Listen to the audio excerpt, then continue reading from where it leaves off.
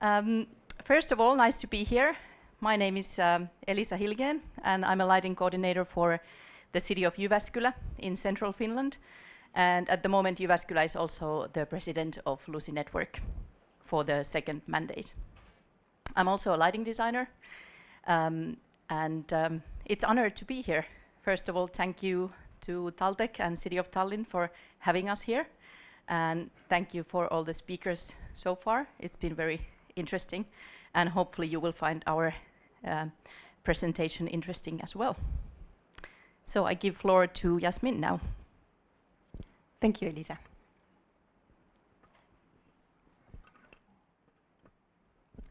My name is Jasmine van der Poel.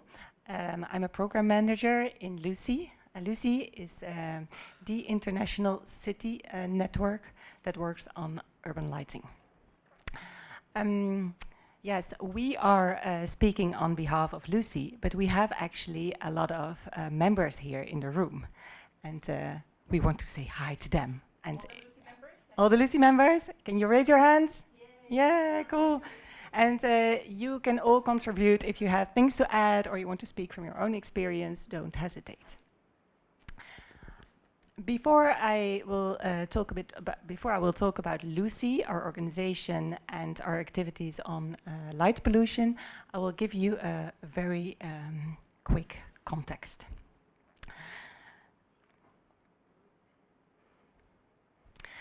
Light is a common good, like water. Cities need to deliver lighting, which is a real essential infrastructure. But cities are growing very fast and growing faster and faster. The United Nations foresee that by 2050, 1/3 of the world population will be living in cities. And providing lighting to all those people each night is, of course, consuming a lot of energy and emitting CO2. Cities and governments have to respond to the climate change and need to find new ways of reducing lighting pollution and energy. The good news is that there is a huge potential for energy saving. We have dimming and we have smart technologies. Cities, however, are not all on the same level. And digitalization is a real concern, because you need to have trained staff and implement systems that can be maintained. And not all cities have resources for that. On another dimension, light can create value. Jari already talked about that.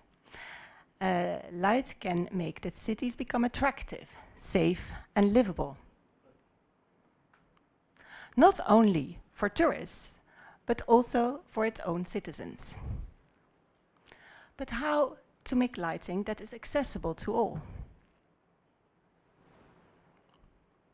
Lighting is extremely political.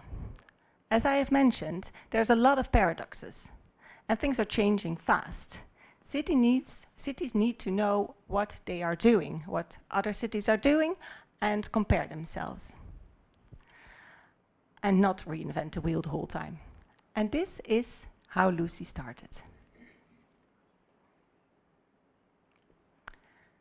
A small anecdote. 20 years ago, the city of Lyon in France was hosting its partner cities, its twin cities. The mayor of that time was very much into international politics and wanted the discussions with its twin cities to be more focused. And he chose 2 topics. Do you know the city of Lyon? Yes. What do you think the topics were? Light. Yes, exactly, light. There's another one. Light show, yes, but something completely different than light. Cuisine. Thank you. Very good, Anuka. Two things we love, exactly. Yes, at that moment, the city of Lyon was already having a light festival, and it was working towards its first lighting master plan. At that moment, 15 cities, 15 twin cities, were sitting around a table, and basically they were forced to sign a paper. And that was how Lucy started. But there was a small but very motivated group amongst the founding cities. And they started a dream, creating the future of urban lighting together. They launched the creation of a network that would bring all cities from all the world together to think about urban lighting. To think about urban lighting and how to improve the quality of life of citizens, and how to take light beyond the pure functional. Well, that was 20 years ago. Today our network consists of 70 cities, 70 member cities on 4 different countries, and it all represents like some 100 million inhabitants. We are also extremely happy with our associated members. They are grid operators, manufacturers, designers, researchers, and they all contribute in a very good way. In Lucy we say, cities are helping cities. It's a collective learning process. And learning together is actually really fun. It's learning, but also fun. Lucy is building the future of light together. We meet, we learn, we act, and we speak. And now I'll give the floor to Elisa. Thank you. So we meet. Lucy members are meeting in international conferences, in events. We have once a year City Under Microscope, where we go in one of the member cities and learn about their lighting, maintenance in very deep way. We visit light festivals. We have working group meetings. So it's about sharing also in person. And during COVID, obviously, we had a lot of online meetings. So Lucy is the international meeting place for cities. That's why we are also here today. In this picture, we are in Lyon, in Light Festival. That's me in the center. And it's been an honor to see so many different places, different events, and especially different colleagues that are working with the same kind of questions that you are working in your own city. We don't just talk, we also do things.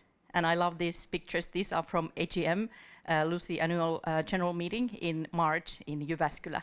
And that was such a fun event to have in our city, because I got to show all the amazing things that we do. And there's a lot of familiar people here. Annukka is there, Jari is there. And we had a hands-on workshop, like actual building different lighting, and we had a small competition. This was very fun. All these pictures are also from AGM in Jyväskylä, and this has to be my proudest moment as an event organizer, lighting designer, because I was able to deliver Northern Lights. And that was amazing. People standing on the ice, Northern Lights, such a good moment. Yeah, but this is how we observe different cities and our members, and we go there, we discuss, and we exchange. And we learn. So Lucy is a knowledge center on urban lighting, because like Jasmine mentioned, we all have the same issues, and we don't want to keep doing the same mistakes. We want to hear what other cities are doing. And inside Lucy, because we know urban lighting is a huge topic in general, so inside Lucy we have these pillars, and pillars work in more specific topics, for example, light pollution working group. And that is the reason why we are here in Tallinn and in this seminar, because tomorrow we'll have a working group meeting. So light pollution working group, this was kind of, the idea was done together, but also I think one of ideas from Jyväskylä, because this is our second mandate as a president. We wanted to start collecting more information, because as few of you already said, there's been decades that we have been talking about light pollution, doing research, but as a city, we don't know what to do, how to follow up on the regulations and how to change things. So the working group started to collect information from our members. How do you regulate? How do you handle? How it's controlled? So we exchange, we talk, like here, this is Jyväskylä working group meeting. So about twice a year, like I mentioned, this is the second one coming up tomorrow. So already we have gathered a lot of information, what's been going on in cities. And I can recognize a lot of same things that has been already said here today. In these meetings, we also present. There's usually 2 cities presenting something, what kind of actions they have already done, what they are doing with the light pollution. Maybe they have done surveys like Helsinki here or other cities. And we have, meanwhile, between these live meetings, also been doing a lot of online work with the working group.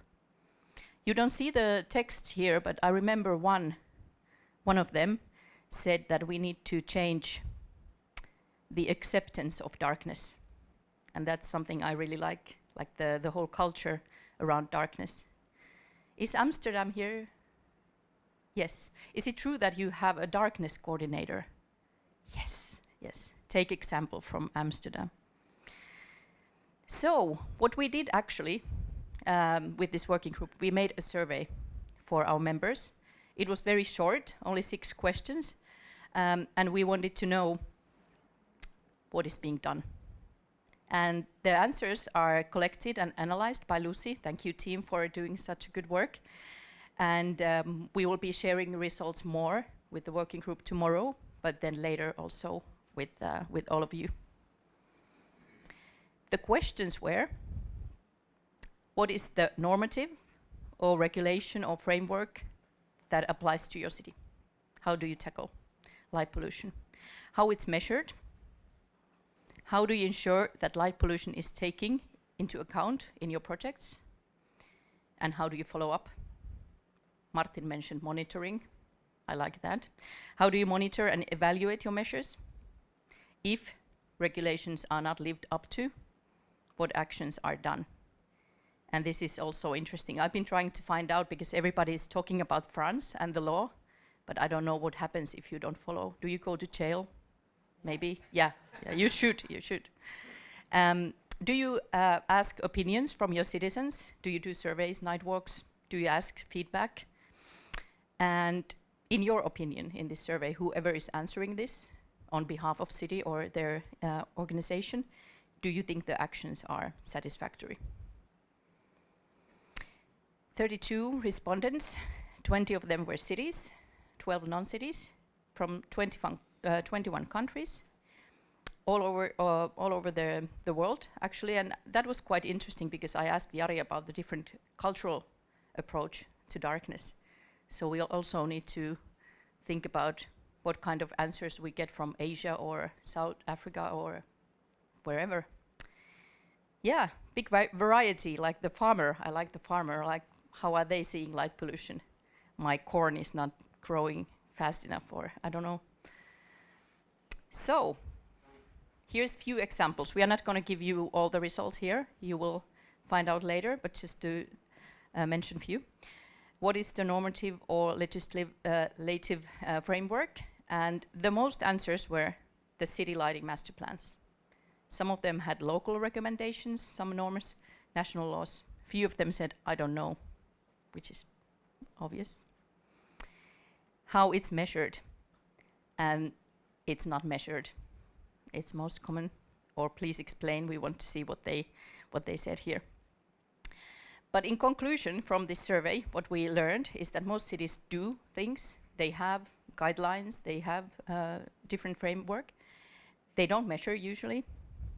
They collect opinions. I don't know what they do with the opinion, but they do collect it. And they are not yet satisfied. So what's happening next? You might want to, if you are very curious about this, we are going to explain everything about this survey tomorrow in the Light Pollution Working Group, but later will be shared in our channels. And Lucy, you can find it on YouTube. You can find our Cities and Lighting magazine. We have a lot of online channels. So please, you can follow our work over there. Or if you want, you can join Lucy Network, of course. And then for the members, we have Lucy Hub. This is Petteri, what I mentioned. If you want to find out more research, there's a lot of studies here, a lot of articles, publications, and this is a good online platform for Lucy members. Back to Jasmine. Yes, so as we said, we meet and we learn, but we also act. And when we say act, it's Lucy as a platform to create partnerships and do projects together. Our projects are often multilateral. That means basically they are cross-border and they are often funded by the European Union. We do that because it allows cities to progress on certain topics. And for example, that can be light and health. This is, for example, a project that's called Enlighten Me, which is really focused on how lighting impacts the well-being and the health of citizens. So this is an ongoing project, still 2 years to go. So once we have more results, we will of course share that. It's also a complex thing because there's a lot of different disciplines involved, but it's all at the same time very inspiring. So that is one way of progressing through doing things together.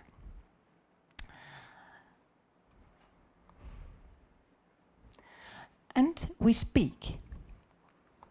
Lucy is the voice of cities. By creating a platform or space where cities can express their views and then taking these views and put them forward for these ideas into internationally recognized documents, we actually make that cities can influence. They can become part of a collective voice and they can start advocating for innovative and sustainable lighting practices. When I speak about internationally recognized documents, we have, for example, the Charter. This Charter was signed by over 60 cities.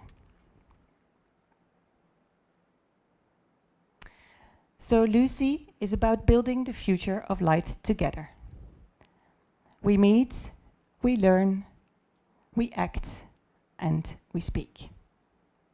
And I would like to put a little bit more focus now on the part we speak, because we have just released a new document, and it's a new document. Yes, thank you, Elisa. Here it is, a new document, which is called the Lucy Declaration. The Charter that I just mentioned before was actually created already 13 years ago, and things have changed. So we needed an update. And whereas in the Charter we have a lot of values, this time we thought we needed more clear goals and actions. It was last year actually our 20th anniversary, Lucy anniversary, and in that context our whole city, our whole network, cities and associated members, worked shoulder to shoulder on this declaration. The Lucy Declaration for the Future of Urban Lighting. And the declaration, and you can read it here, is having the purpose to give recommendation to cities and to be able to adapt to the changes in the field of urban lighting, focusing, and that's very important, on quality over quantity.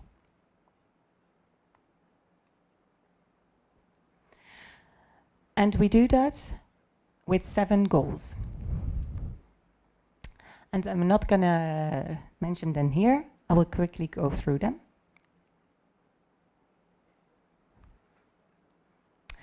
The first one is embracing net zero lighting.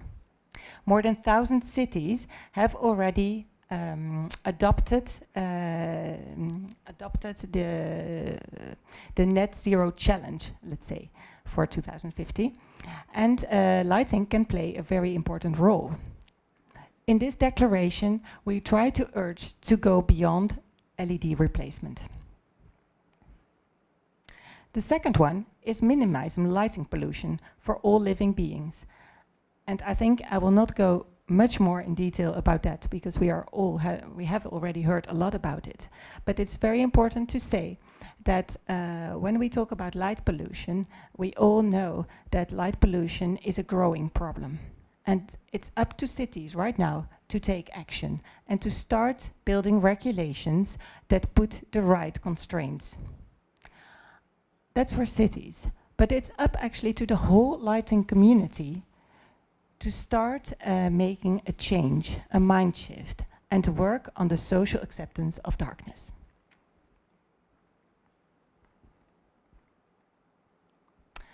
The third goal is supporting health and well-being. This picture is pretty clear. When we talk about lighting, we talk about improving the urban space and make sure that people can have a social life and can have physical activities. And that's, of course, very good for health. Not only for young people, but also for old people. And today, as I said, we have more and more research that shows that there is a real impact of non-visual and non-visual effects on health. We know that. At the same time, we need to create comfortable environments. So this is a challenge. But please, let's just try not to overlit them, because we're really here in participative night walks and all kind of other ways of getting feedback from citizens that more and more citizens actually ask for darker nights to relax and better sleep. The fourth goal is processing through the public-private dialogue. We have heard quite a lot about it already, and it's a real challenge. But it is good not to close our eyes for that, because our nightscape is composed of both urban lighting and private lighting. And cities have a major role to play. Clear guidelines that prevent excessive lighting. And actually, we have very good examples in our Lucy network. The fifth goal is realizing the full potential of community engagement. We have had a very long period of a top-down approach within lighting. But this is a moment where we can actually try to find out how we can involve communities and make that structurally embedded in our lighting projects and policies. The sixth goal is harnessing the transformative power of light art. Art is a very powerful expression of culture in city. And during festivals, people are literally open-minded and accessible. And changing circumstances ask for change, adaptation, and constant reinvention. And light art is a very powerful medium. This project can maybe be explained a little bit. Elisa, it's one of your babies. Yeah, well, it's not only my baby. There was 3 cities involved. Yes. The whole idea was to create a light art piece where people of the city can contribute in building it. For example, here you can see the people dancing and weaving with the strings.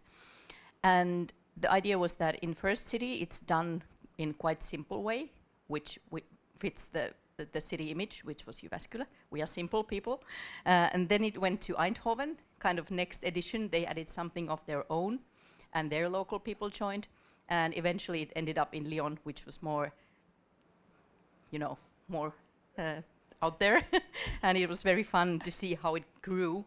And it was this cooperation between cities, but also with the local people. The idea also being a sustainable artwork that can be used in different ways, and it's modular, so it's easy to take down and so on. Yeah. Yep. Wonderful. And the seventh goal, and the last one, is creating synergies beyond lighting. We can try to see how to connect better to other services in cities. And we need better collaboration and team up. And that is the whole list of goals.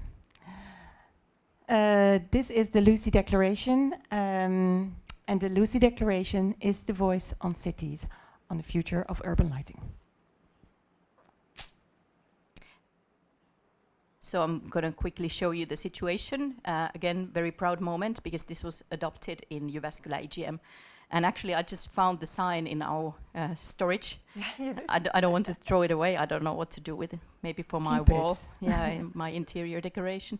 Anyway, it was adopted in Jyväskylä, and now it's been printed. You can find it here, or you can read it online, or download it online, and it's been also translated in French and Spanish and Dutch. And yeah, and it's the voice of cities, but we also need all of you to be part of sharing it, using it in your own work, and hopefully read it through carefully, because it's not only just a nice paper, it's there to be taken in action. So if you want, you have the code here nearby. I can see a lot of phones now out. No? More phones? No. Yeah, you already have the copy. No, don't worry. But please read it and share it. That's the message we want to say. Outside we have a lot of more documents, like paper documents. Please feel free to take them with you. Yeah. They're very light and compact. So this was the last picture from Jyväskylä. We made this fun light painting near the bonfire, and we were watching the darkness, a bit of light pollution too, but it was a great moment. Thank you so much. Thank you. Thank you for this wonderful presentation. We have time for one short question. Yeah, audience, someone wants to have address a short question, because we are having some time issue. Maybe I'm asking myself, I really liked from city to city learning experience that the Lucy organization provides. Can you share maybe one really practical example towards lighting pollution, how one city provide a very practical guideline to another one based on their experience? Maybe you have such a story, I don't know. Well, maybe just basic, city master plans, for example, lighting master plans. We have one edition in Cities and Lighting magazine focused on master plans. And that's usually also a common question from new cities or new members. How have you done your master plans? What kind of master plans is there? And that was kind of nice addition in the magazine to see what different layers and levels of master plans there is. And you can take follow anybody's example if they have done something good. Yes, perfect. Thank you. Thank you very much. Thank you.